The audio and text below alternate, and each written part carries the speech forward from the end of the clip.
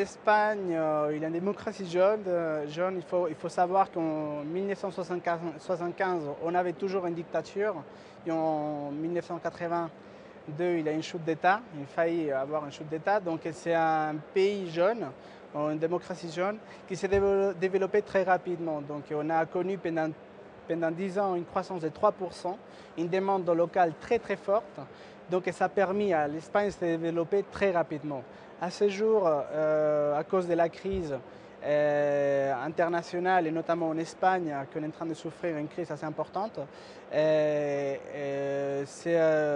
a une demande locale qui a chuté, très importante. Donc à ce jour, les sociétés espagnoles ils souhaitent diversifier des risques et aller en France, et aussi bien que les investisseurs en Espagne, ils souhaitent développer via un réseau de franchises, avoir un aval et pas avoir trop de risques sur cet investissement.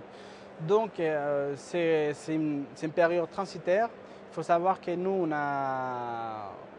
va arriver certainement en 2010 à un taux de chômage assez important, aux alentours de 20%. Mais fin 2010, on va commencer à remonter. Et je pense que c'est une période clé pour trouver ce point de repère et continuer à se développer plutôt à partir de 2010. Justement, étant donné que les franchiseurs français souhaitent venir sur les marchés espagnols, il faut savoir qu'un investisseur espagnol, il va